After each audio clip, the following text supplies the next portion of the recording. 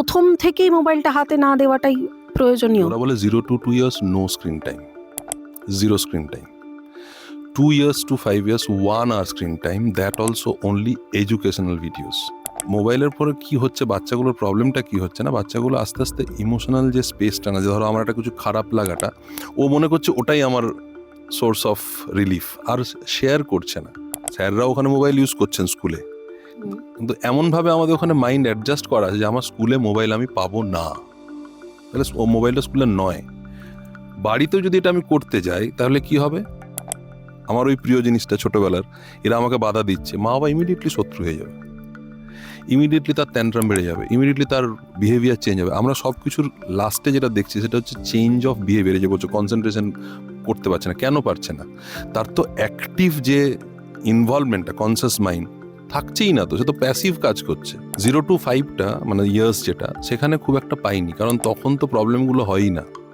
Problem তো শুরুই হবে অ্যাকচুয়ালি 6 থেকে, যখন থেকে গল্পটা আমি কিছু একটা করতে যাবো আর আমি করতে পারছি না।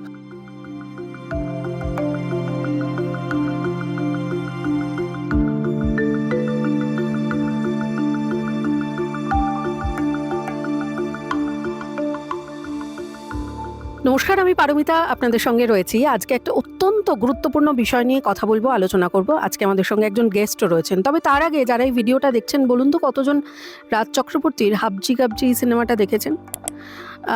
যদি না দেখে থাকেন, আজকে যদি এই যে কথা বা যে আলোচনা আজকে আমরা করব, তার সাথে কিন্তু এই সিনেমার একটা অদ্ভুত মিল রয়েছে। আজকালকার দিনে যেহেতু সমস্ত বাবা মাই বেশিরভাগই তারা ওয়ার্কিং পেরেন্টস, তারা বেরিয়ে যান, তাদের নির্দিষ্ট সময় বাড়ির বাইরে কাটাতে হয়, সেই কারণে তারা কিন্তু খুব ছোট্টবেলা থেকেই এই যে মোবাইল যে বস্তুটা, এটা কিন্তু তাদের সন্তানদের হাতে তুলে দেন নিজেরাই। কিন্তু পরবর্তীকালে কি দেখা যাচ্ছে, যে বাচ্চাটা যখন বড় হচ্ছে, সে যখন স্কুলে যাচ্ছে, তা স্কুল থেকে বিভিন্ন সময় হয়তো কিছু কমপ্লেন আসছে যে আপনার বাচ্চা অমনোযোগী, পড়াশোনায় মন বসছে না, বা তার অন্যান্য কিছু সমস্যাও দেখা দিচ্ছে। হয়তো সে অনেক বেশি রাত জেগে মোবাইল দেখছে, ইন্টারনেট দেখছে, পরবর্তীকালে সে স্কুলে গিয়ে হয়তো ঘুমে ঢুলে পড়ছে, পড়াশোনায় ঠিক করে মন বসাতে পারছে না। তো এই সমস্যাগুলোই কিন্তু ওই সিনেমাটাতে দেখানো হয়েছিল। কিন্তু যখনই আমি সিনেমাটা দেখেছিলাম, তখনই আমার মনে হয়েছিল যে এটা অত্যন্ত একটা গভীর সমস্যা। যত না সমস্যা সন্তানদের জন্য, তার থেকে অনেক বেশি তাদের বাবা মায়েদের জন্য। আজকে মূলত এই বিষয়টা নিয়েই আমরা কথা বলবো, আলোচনা করব, যেটাকে আমরা একটা নাম দিয়েছি ডিজিটাল ডিটক্স। অর্থাৎ আমরা কিন্তু আমাদের শরীর, মন সব কিছুকে শান্ত রাখার জন্য, কাম রাখার জন্য ডিটক্স করি। কিন্তু এই যে মোবাইল অ্যাডিকশন, বাচ্চাকে কি করে মোবাইল অ্যাডিকশন থেকে দূরে রাখবেন, কি করে তার ডিজিটাল ডিটক্স করা সম্ভব, এটা নিয়ে আজকে আমরা মূলত কথা বলবো। আজকে আমাদের সঙ্গে যে অতিথি রয়েছেন, প্রথমেই তার সাথে একটু আলাপ করিয়ে নিই আপনাদের সঙ্গে।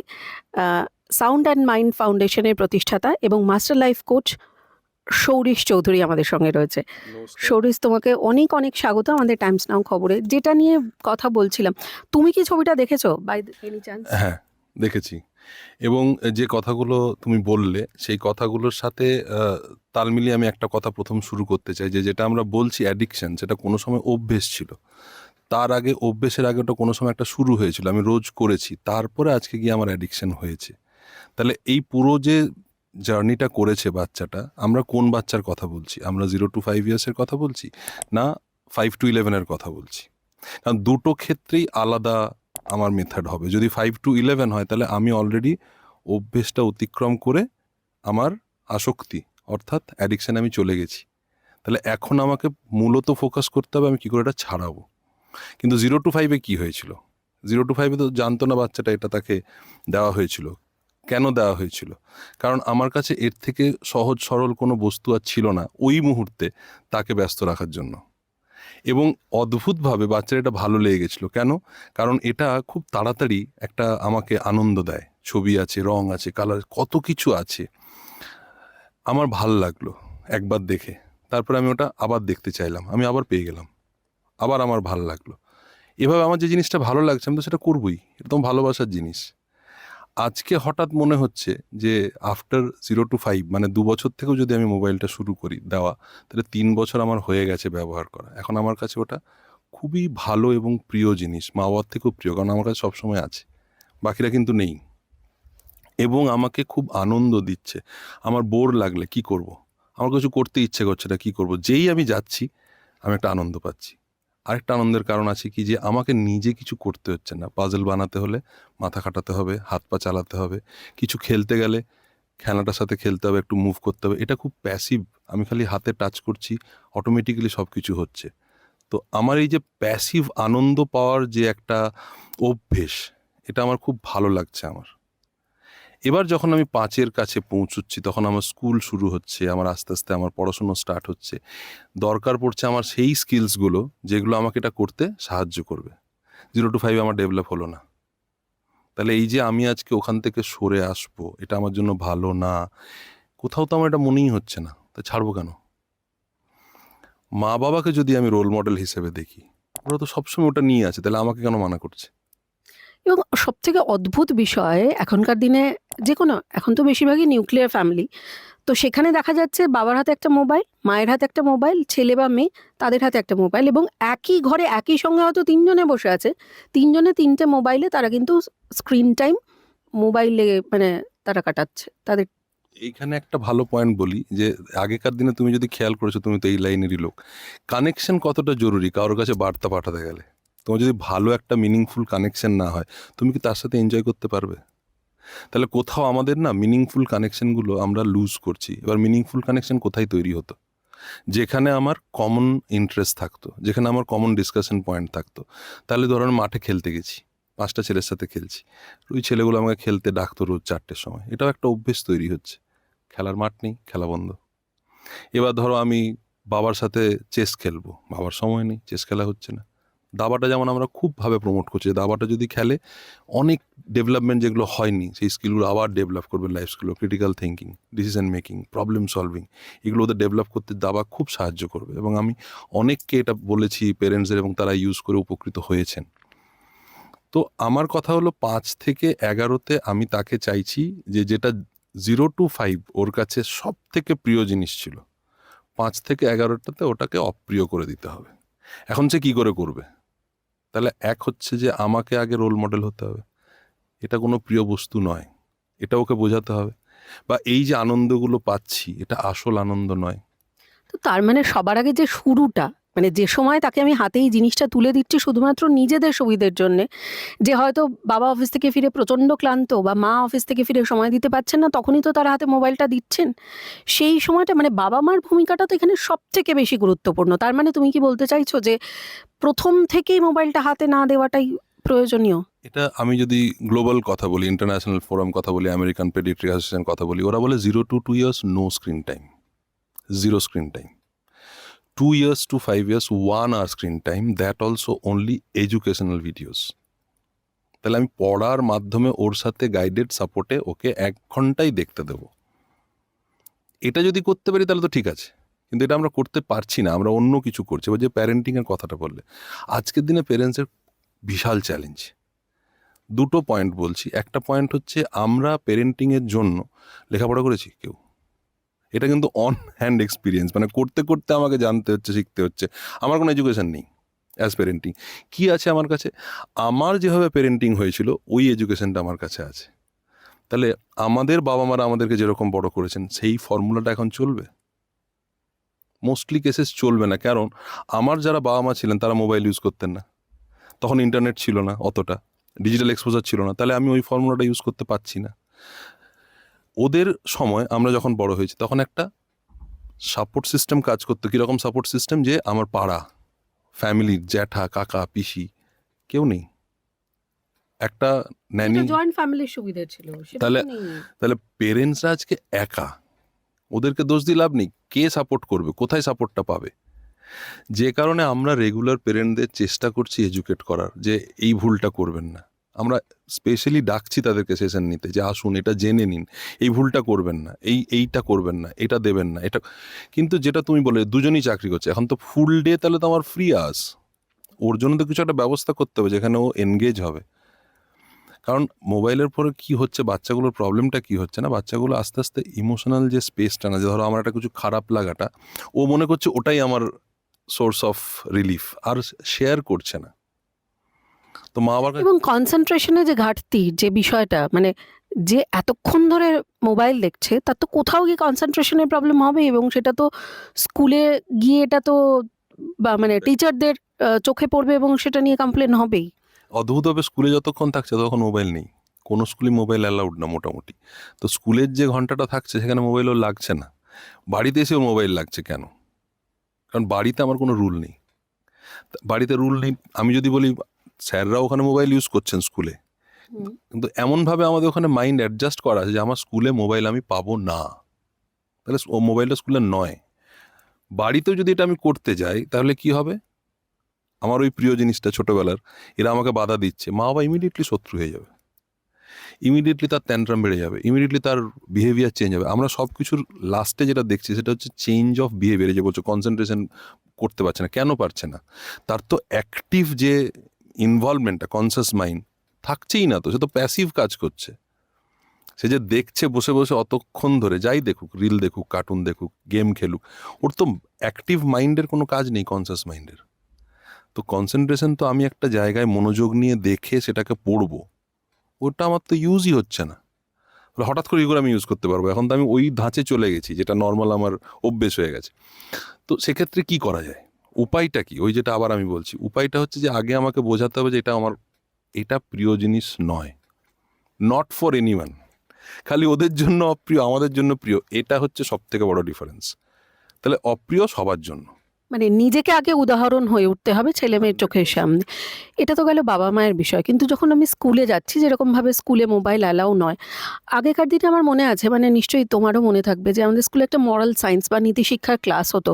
তো এই মোবাইল অ্যাডিকশন কমানোর জন্য, বা যাতে মানে বাচ্চারা যাতে মোবাইলের প্রতি অ্যাডিক্টেড না হয়, তাদের স্ক্রিন টাইম কমানো যায়, সেটা নিয়ে স্কুলের কি কোনো দায়িত্ব বা ভূমিকা নেই? স্কুল তো প্রথম থেকেই বলছে মোবাইল ইউজ করা যাবে না, স্কুল তো কোথাও ইউজ করতে বলছে না, স্কুল তো ভালো মন্দ সবই বলছে। কিন্তু স্কুলের থেকেই তো, এই যে যখন আমাদের কোভিডের টাইমে, তখন তো কিন্তু অনলাইনে ক্লাসটা তো স্কুলেরই তো টিচাররা, তারা তো অনলাইনেই ক্লাস নিয়েছেন। তো সেক্ষেত্রে মোবাইল তো একদম বন্ধ করে দেওয়া যাবে না বা ছেড়ে দেওয়া যাবে না। হ্যাঁ, আমি কিন্তু মোবাইলটা বন্ধর মানে পক্ষে নই। কারণ আমাদের সময় দেখো রেডিও ছিল, ওয়াকম্যান ছিল, টিভি ছিল 4টে চ্যানেলওয়ালা, আমরা ওটার জন্য কিন্তু বসে থাকতাম, আমাদের ওটা প্রিয় জিনিস ছিল। ওদের কাছে আজকের দিনে প্রিয় জিনিসটা মোবাইল। কেবল একটাই প্রবলেম হচ্ছে যে এই জিনিসটা এতটা প্রিয় হয়ে গেছে যে বাকি সব জিনিসগুলো আমি নেগলেক্ট করছি, ওখানটাতে প্রবলেমটা হচ্ছে। আমরা যেহেতু পড়াশুনো করছি, মানে পড়াশুনোর দিকে ফোকাস করছি, একাডেমি লাইন, ঠিক আছে, এবার খেলাধুলো বন্ধ করে দিলাম, গান বাজনা বন্ধ করে দিলাম, কবিতা আবৃত্তি নাটক বন্ধ করে দিলাম, এই যে প্রত্যেকটা জিনিস আমরা বন্ধ করতে করতে যাচ্ছি, এটা একটা বড় damage than only mobile addiction. আমরা ওই দিকটা ভাবছি না। আমাদের আগে যেগুলো ছিল, ছোঁয়াছুঁয়ি খেলা, কুমিরডাঙ্গা খেলা, কোথায় ওই খেলাগুলো? ইট ওয়াজ নাথিং বাট এনগেজমেন্ট। ভালো কানেকশন তৈরি হচ্ছে, বন্ডিং তৈরি হচ্ছে, আমার একটা এক্সপ্রেস করার জায়গা থাকছে, এবং আমি খুব একটা সেফ এনভায়রনমেন্টে বড় হচ্ছি। এটা তো নেই। এবং কিছুই যে পাচ্ছে না, সে একটা কিছু পাচ্ছে, তুমি সেটাও নিয়ে নিতে চাইছো। এবার কি হবে? তাহলে তার কাছে আর কোনো উপায় নেই বিদ্রোহ করা ছাড়া। যেহেতু সৌরিশের কাছে এরকম প্রচুর, অনেক সময় অনেকেই আসেন যারা হয়তো কাউন্সেলিং করাতে আসেন, এরকম কিছু কেস স্টাডি, যদি তুমি আমার মানে তাদের পরিচয় ডিসক্লোজ করার দরকার নেই, কিন্তু এরকম কোনো ঘটনা বা কোনো ইনসিডেন্ট বা এরকম কাউকে তোমার মনে পড়ছে যাকে তুমি হয়তো পরামর্শ দিয়েছো, পরবর্তীকালে সেটা সত্যিই ফ্রুটফুল হয়েছে, কাজে লেগেছে? হ্যাঁ, একটা একটা ঘটনা তো মনে আছেই, কয়েকদিন আগে ওনার সাথে কথা হয়েছিল। তো মা টিচার, এবং মেয়েটি তখন বোধহয় ক্লাস 5-এ পড়ে। তো মায়ের খুব সমস্যা হচ্ছিল মেয়েটিকে নিয়ে, মানে মা বাবা দুজনকেই খুব বিহেভিয়ার ইস্যুস, মানে মিসবিহেভ করছিল পেরেন্টসের সাথে, খুব বাজেভাবে কথা বলছিল, এই করছিল, এবং স্কুল থেকেও যেটা বলছিলে তুমি একটু, স্কুল থেকে কমপ্লেন আসা শুরু করছে, মারছে, স্কুলে এই করছে, এরকম নানা ধরনের, ভায়োলেন্ট হয়ে যায়। হ্যাঁ, অনেক রকমের প্রবলেম হচ্ছিল। তো নিয়ে আসেন আমার কাছে, তো মেয়েটি এসে আমার সাথে কথাবার্তা বলছে। তো আমি যেটা দেখলাম যে ও প্রচণ্ড, মানে ওর কেপেবিলিটি ইজ ভেরি হাই, মানে প্রচুরভাবে ক্ষমতাবান, কিন্তু ঠিকভাবে ব্যবহার হচ্ছে না। তো আমি ওনাকে সাজেস্ট করলাম যে দুটো কাজ করুন। একটা হচ্ছে আপনারা ওকে কোনোভাবেই আর পয়েন্ট আউট করবেন না যে তুমি এটা করছো না, তুমি এটা কেন করছো, এটা বন্ধ করে দিন। আপনি একদম 7 খুন মাফ, যা করছে আপনি ওকে জড়িয়ে আগে কাছে আনুন। এটা ওনাকে একটা পরামর্শ দিলাম যে আপনাকে আগে ফিরিয়ে আনতে হবে আপনার কাছে। আর সেকেন্ড আমি বলেছিলাম ওকে দাবাতে দিন, দেখি ওর মাথা কতটা কাজ করে। তো ঠিক 1 বছর 7-8 মাস পরে উনি আবার বললেন যে আমার মেয়ে এখন দাবা খেলছে, এবং একটা স্টেট লেভেলের কিছুতে 3rd হয়েছে, তো খুব ভালো খেলছে, এবং স্যার কোচরা খুব নাম করছে। আর আমার তো এটা জেনে লাভ নেই, আমার তো মেন ওটা জানার কথা, যেটাকে এখন আমাকে সব এসে কথা টথা বলে, এবং আপনি বিশ্বাস করবেন না, যেটা আপনি বলেছিলেন ওর মধ্যে অনেক ক্ষমতা আছে। ও 2 দিন পরে 80-তে 76 পাচ্ছে, 75 পাচ্ছে, 4 দিন পর অঙ্ক, মানে ও পড়াশোনাটা কোনো ব্যাপারই না ওর কাছে। তখন আমি ওদেরকে ইমিডিয়েটলি সাজেস্ট করলাম যে মনে রাখবেন ওর কিন্তু দাবাটার বেশি দিন ভালো লাগবে না, কারণ ও হচ্ছে কন্টিনিউয়াসলি এক্সপ্লোরিং মাইন্ড, মানে যখনই একটা জিনিস ওর অনেক দিন হয়ে গেল ওর মাইন্ড আর নেবে না, রিজেক্ট করবে, তাহলে আরেকটা কিছু দিতে হবে। তার মানে অ্যাজ এ পেরেন্ট তুমি চিন্তা করো, আমাকে কন্টিনিউয়াসলি ভাবতে হবে যদি এরকম চাইল্ড আমার হয়, যে আমি কি দেবো ওকে যেটা ও আরও হয়তো 3-4 মাস 1 বছর নিয়ে টানবে, তারপর আবার বোর হয়ে যাবে আবার। এটা একটা ইটসেলফ একটা রিসার্চের কাজ, এবং সেইটার পেছনে টাইম আমাকে দিতে হবে অ্যাজ এ পেরেন্ট, নইলে তো বাচ্চাটা আবার আমার ওরকম হয়ে যাচ্ছে, বিহেভিয়ার ইস্যুস হয়ে যাচ্ছে। এবং আরও অনেকে এসেছিলেন যাদের ঘুম সংক্রান্ত ইস্যুস ছিল, বিহেভিয়ারাল ইস্যুস তো লাস্টে আসে, মানে একদম মানে অ্যাকিউট যে বিহেভিয়ার করছে সেটা অনেক পরে আসে। তার আগের স্টেজগুলোতে অনেকে এসছে, সেগুলো সবাই, কাউকে এটা বলেছি, কাউকে মা বাবাকে বলেছি একটু সময় দিতে, কাজ হয়ে গেছে। কিন্তু ঘটনা হচ্ছে আমরা কতটা টাইম এখানে দেবো টু ইনোভেট প্রত্যেক দিনে। যে আমি একটা এখন করেছি যে যখনই দেখি ফাঁকা সময়, মেনলি তো ফাঁকা সময় মোবাইলটা দেখতে হয়, তুমি বসে আছো, ওয়েট করছো কোথাও, কি করবে তুমি? বাই ডিফল্ট ফোন ঘাঁটবে। চটি চটি পাতলা পাতলা বই জোগাড় করো, বইটা ক্যারি করো। এটা আমাদের জন্য বলছি যে আমরা বেরোবো, এবার ওই বইটা যদি আমি দেখতে পাই যে আমি মোবাইলের দিকে যাচ্ছি না, বইটা পড়ছি, তাহলে ওটা এবার বাড়িতে ইমপ্লিমেন্ট করা যায়। চলো আমরা দুজন বসে একটা একটা করে পাতা পড়ি, হয়ে গেল একটা নতুন অভ্যেস। আবার আরেকটা নতুন অভ্যেস, আমাকে এই অভ্যেসগুলো আসক্তি লেভেলে নিয়ে গেলে ওর এই আসক্তিটা কমে যাবে। তো যত বেশি আমরা নতুন নতুন অভ্যেস তৈরি করতে পারবো ভালো, তত ওর এই অভ্যেসটার প্রতি এটা কমতে থাকবে। হ্যাঁ, আরেকটা পয়েন্ট খুব ইম্পর্টেন্ট, আজকের বাচ্চারা যেটা আমি দেখেছি, ওরা কিন্তু বোঝালে বোঝে, এরকম নয় যে বোঝে না, কিন্তু তোমাকে পুরো লজিক দিয়ে ভালো করে বোঝাতে হবে যেখানে ওরা বুঝবে, কারণ ওদের কাছে প্রচুর ইনফরমেশন আছে। তো তুমি কোনোটা ফাঁক ফোকর দিয়ে বার করতে পারবে না। So if you can convince them যে it is not good for you, they will not use you. ওরা কোনোদিন ওটা ইউজ করবে না আর। কিন্তু you have to convince them with proper data, proper information. কারণ আমি বলছি তুমি করো না, আমি ইউজ করছি, এখানেই তো পুরো লজিক্যালি এটা কাজই করলো না। পয়েন্টটা তোমার জন্য ক্ষতিকর, কিন্তু আমার জন্য ক্ষতিকর নয়, এটাই তো প্রথম আমাদের চেঞ্জ করতে হবে। ক্ষতিকর তো সবার জন্য, আমাদের ক্ষতি হচ্ছে নাকি? প্রত্যেকটা মানুষ ঘুমোতে পারছে না, স্লিপিং ডিসঅর্ডার তৈরি হচ্ছে, ডায়াবেটিস হচ্ছে, সুগার হচ্ছে, প্রেশার হচ্ছে, কেন? কোথাও না কোথাও আমরাও তো অ্যাটেনশন স্প্যানে ভুগছি, কমে যাচ্ছে, তো আমাদেরও তো সমস্যা আছে। তাহলে ওইটা যদি আমরা হাইলাইট করি যে দেখো এটা হলে এই প্রবলেমগুলো হচ্ছে, এই হচ্ছে, তোমার ডায়াবেটিস হয়ে যাচ্ছে বাচ্চাদের, এটা করো না, এটা তোমার জন্য ক্ষতিকর। তো তার প্রশ্ন হবে তাহলে তোমরা কেন করছো? আমরাও করবো না, চলো একসাথে আমরা একটা মেনটেন করে একটা রুটিন বানাই যে আমরা এত ঘন্টার বেশি বাড়িতে মোবাইল দেখবো না, ব্যাস হয়ে গেল। স্কুলের যে ভূমিকার কথা বলছিলাম, স্কুলের কতটা পজিটিভ ভূমিকা এক্ষেত্রে নেওয়া উচিত বলে তোমার মনে হয়? যে যেহেতু এখন পরিস্থিতি বদলেছে, সময় বদলেছে, যেরকম তুমি বললে যে আমাদের সময় যা ছিল এখন তা নয়, এখন সময় এখন অনেক অন্যরকম, তো সেক্ষেত্রে স্কুলেরও ভূমিকা কি একটু অন্যরকম হওয়া উচিত নয়? বম্বের আমি একজনকে চিনি যারা একটা সংস্থা চালায়, তারা বলে রেসপন্সিবল নেটিজম। তো ওরা নেটটা কিভাবে ইউজ করবে, ইন্টারনেটটা, ডিজিটাল প্ল্যাটফর্মটা কিভাবে ইউজ করবে, কতটা ইউজ করবে, ওরা ওটাই পড়াশুনো করাচ্ছে। তাহলে আমাদের এই টপিকটা স্কুলে থাকা উচিত। এবং আমরা একটা ইনিশিয়েটিভ নিয়েছি যেটা আমরা গভর্নমেন্ট স্কুলে করছি, মাইন্ডওয়েল ক্লাব। এই মাইন্ডওয়েল ক্লাবে আমরা লোকদের জয়েন করতে বলছি, স্টুডেন্টদের, এবং স্টুডেন্টরা জয়েন করার পর তাদেরকে আমরা এই প্রত্যেকটা জিনিস বলছি এবং তারা সুন্দর নিচ্ছে, এবং স্কুলও আমাদের কোথাও বাধা দিচ্ছে না এটা করতে। এবং আমরা যে জেনারেলি করছি under privilege school, government sponsor যে স্কুলগুলো, ওইগুলোতে আমরা করছি, এবং খুব ভালো রেসপন্স, এবং বিভিন্ন রকমের সমস্যা থেকে তারা বেরিয়েও আসছে কথা বলে।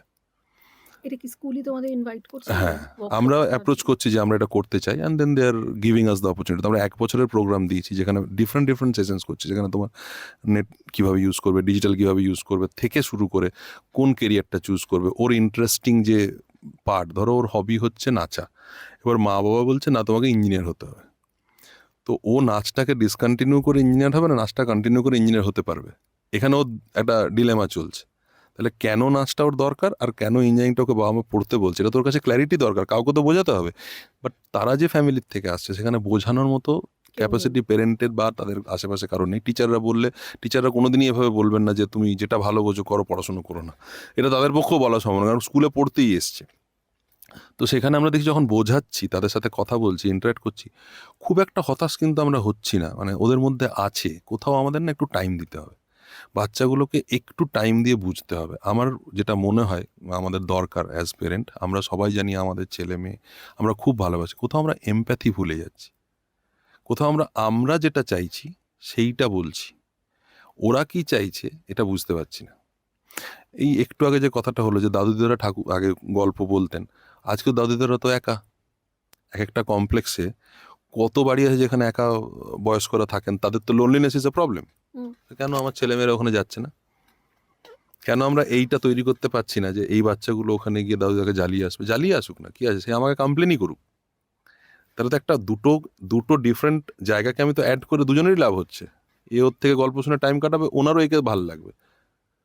তো এটাও তো আমরা করতে পারি একটা ইনিশিয়েটিভ, যে আমার আশেপাশে আশেপাশে কেউ যেতে চায় না, বাচ্চাগুলো দুয়ার থেকে আসতে পারি, পারমিশন নিয়ে ঢুকছে। আমাদের কিরকম ছিল, পাশের বাড়িতে আমাকে পারমিশন নিয়ে ঢুকতে পারে, তুমি কোনোদিন করেছো যে আমি আসতে পারি কিনা? এখন এরকম হয়ে গেছে, কারণ পেরেন্টস সবাই যাবে না, ওরা হয়তো খারাপ হবে, দাদা হয়তো পড়ছে, তুমি গেলে ডিস্টার্ব করবে। কেন ঢোকাচ্ছে এগুলো? আমি তো থাকতে পারবো না। তাহলে ও যদি খুঁজে বের করতে পারে কিছু জায়গা, করুক না, ওর তো সময়টাও কাটবো, বাইরে গিয়ে একটু অন্য কিছু করবে আদার দেন ফোন। সেগুলো সব আমরা বন্ধ করে দিচ্ছি। এবার সব কিছু বন্ধ করে দিয়ে যখন একটা আমার কাছে উপায় আছে সেটাও নিয়ে নিচ্ছি, ফোন। এটা তো ডিফিকাল্ট হয়ে যাচ্ছে তাহলে বাচ্চাটার জন্য। কিছু তো অপশনস আরও আমাকে তৈরি করতে হবে, which has to be equally interesting and lucrative.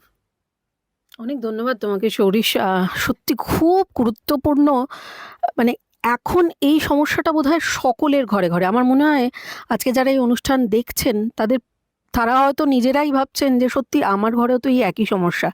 সেক্ষেত্রে সমাধানের উপায় তো সৌরিশ বললই, যে সবথেকে আগে যেটা সময় দেওয়া, যদি বাচ্চাকে সবথেকে বেশি সময় দেওয়া সম্ভব হয় তাহলে বোধহয় এই সমস্যার সমাধান অনেকটাই হয়। আর দ্বিতীয়ত, সময় দেওয়া এবং তার সাথে নিজে রোল মডেল হয়ে ওঠা, এর বিকল্প বোধহয় আর কিছু হতে পারে না। স্কুলের ভূমিকা তো অনস্বীকার্য, স্কুলের একটা অত্যন্ত গুরুত্বপূর্ণ ভূমিকা এক্ষেত্রে থেকেই যায়।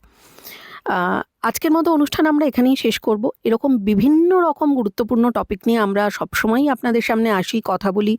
যদি আপনাদেরও কোনো সাজেশন থাকে যে বিষয়টা নিয়ে আপনারা চাইছেন যে আমরা অনুষ্ঠান করি, আপনারা জানতে চাইছেন সেই বিষয় সম্পর্কে, অতি অবশ্যই আপনাদের কমেন্টে লিখে জানাবেন। আমরা নিশ্চয়ই চেষ্টা করব সেই নিয়েও অনুষ্ঠান করার। আজকের মতো এখানেই শেষ করছি। প্রত্যেকে ভালো থাকবেন, আর নতুন নতুন বিভিন্ন রকম টপিক সম্পর্কে জানতে এবং খবরের আপডেটের জন্য অতি অবশ্যই চোখ রাখবেন টাইমস নাও খবরে।